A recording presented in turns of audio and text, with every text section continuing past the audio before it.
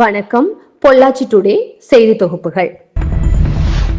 பொள்ளாச்சிக்கு வருகை தரும் அதிமுக பொதுச் செயலாளருக்கு பிரம்மாண்ட வரவேற்பு தரும் வகையில் கழக நிர்வாகிகள் பங்கேற்க வேண்டும் என ஆலோசனை கூட்டத்தில் முடிவு.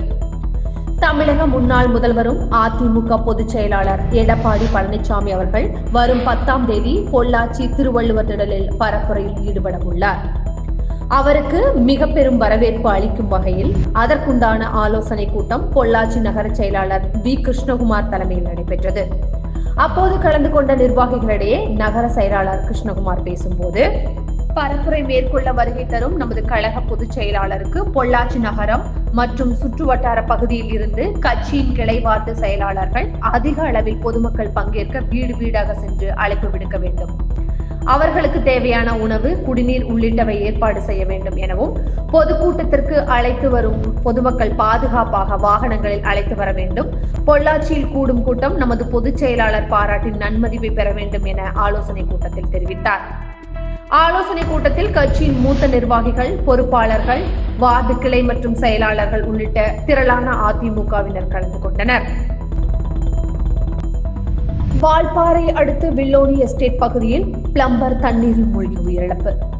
கோவை மாவட்டம் வால்பாறை அடுத்த டாடா காப்பிக்கு சொந்தமான வில்லோடி எஸ்டேட் பகுதியில் பொதுமக்கள் குடிநீர் தண்ணீர் விநியோகம் செய்யும் பிளம்பர் தண்ணீரில் மூழ்கி உயிரிழந்ததால் அப்பகுதியை சோகத்தில் ஆழ்ந்துள்ளது. இந்நிலையில் அங்கு ஓய்வு பெற்ற தொழிலாளியாக பணிபுரிந்து வரும் பழனிசாமி ஈஸ்வரி வயது 64 வில்லோடி எஸ்டேட் பகுதியில் பிளம்பராக பணிபுரிந்து வருகிறார். இந்நிலையில் குடிநீர் தண்ணீர் திறந்து விடுவதற்காக சென்ற போது கால் தவறி தண்ணீரில் விழுந்துள்ளார். இவருக்கு நீச்சல் தெரியாத காரணத்தினால் தண்ணீரில் தத்தளித்து 1/2 மணி நேர போராட்டத்திற்கு பின் தண்ணீரில் மூழ்கியுள்ளார். மேலும் 2 மணி நேரத்திற்கு பின்பாக அவர் சடலமாக தண்ணீரில் மிதந்துள்ளார். அவ்வழியே வந்த தொழிலாளர்கள் கண்டு உடனடியாக எஸ்டேட் நிர்வாகத்திற்கும் காவல்துறைக்கும் தெரிவிக்கப்பட்டு சம்பவ இடத்திற்கு விரைந்து வந்த காவல்துறையினர் பிரேதத்தை கைப்பற்றி வால்பாறை அரசு மருத்துவமனைக்கு உடற்கூறு ஆய்வுக்கு அனுப்பி வைத்தனர். வால்பாறை காவல்துறையினர் தண்ணீரில் மூழ்கி இருந்ததற்கான வழக்கு பதிவு செய்து விசாரணை மேற்கொண்டு வருகின்றனர்.